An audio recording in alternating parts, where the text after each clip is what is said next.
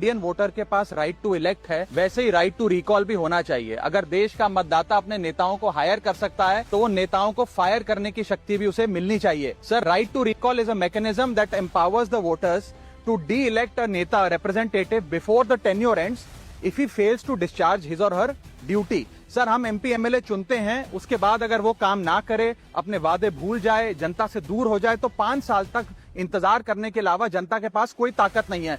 कोई interim provision नहीं, कोई अकाउंटेबिलिटी नहीं, कोई परफॉर्मेंस रिव्यू नहीं, कोई करेक्टिव ऑप्शन नहीं। चुनाव से पहले नेता जनता के पीछे और चुनाव के बाद जनता नेता के पीछे। 5 साल is too long a period in this day and age. अगर एक गलत फैसला गलत नेता को चुनने का लिया तो लाखों लोगों का भविष्य अंधकार में जाता है और पूरा क्षेत्र पीछे जाता है। Sir, we can trust our voters to elect. हमें अपने मतदाता पे विश्वास करना चाहिए कि वो अपनी गलती बदल भी सके राइट टू रिकॉल की ताकत से।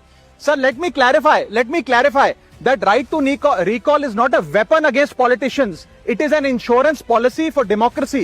और भारत के संविधान में जब आप राष्ट्रपति को इंपीच कर सकते हैं टेन्योर के दौरान, उपराष्ट्रपति को हटाने का प्रावधान है, जजों को इंपीच करने के लिए प्रोसेस लेट डाउन है, यहां तक कि रूलिंग गवर्नमेंट के खिलाफ नो कॉन्फिडेंस मोशन लाकर आप सरकार बर्खास्त कर सकते हैं। तो एमपी एमएलए अगर आपका नॉन परफॉर्मिंग है तो उसको हटाने के लिए क्यों नहीं राइट टू रिकॉल मतदाता को देना चाहिए।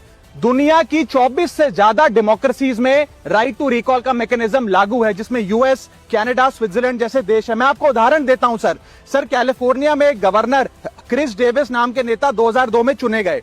उनके कार्यकाल में मैसिव पावर कट हुए, एनर्जी क्राइसिस हुआ, बजट की मिसमैनेजमेंट और गन शूटिंग की वारदातें हुई। उसके चलते 1.3 मिलियन कंस्टिट्यूएंट्स ने एक पिटीशन साइन करके दी कि इन्हें रिकॉल किया जाए। वहां के चुनाव आयोग ने रिकॉल वोट कराया 7 अक्टूबर 2003 को और 55% मतदाताओं ने वोट किया कि इस नेता को बर्खास्त किया जाए। ग्रे डेविस को हटाया गया और आर्नल्ड श्वार्ज़नेगर को वहां पे गवर्नर बनाया गया। सर, मैं बता दूं कि हिंदुस्तान में भी इसका प्रेसिडेंट है।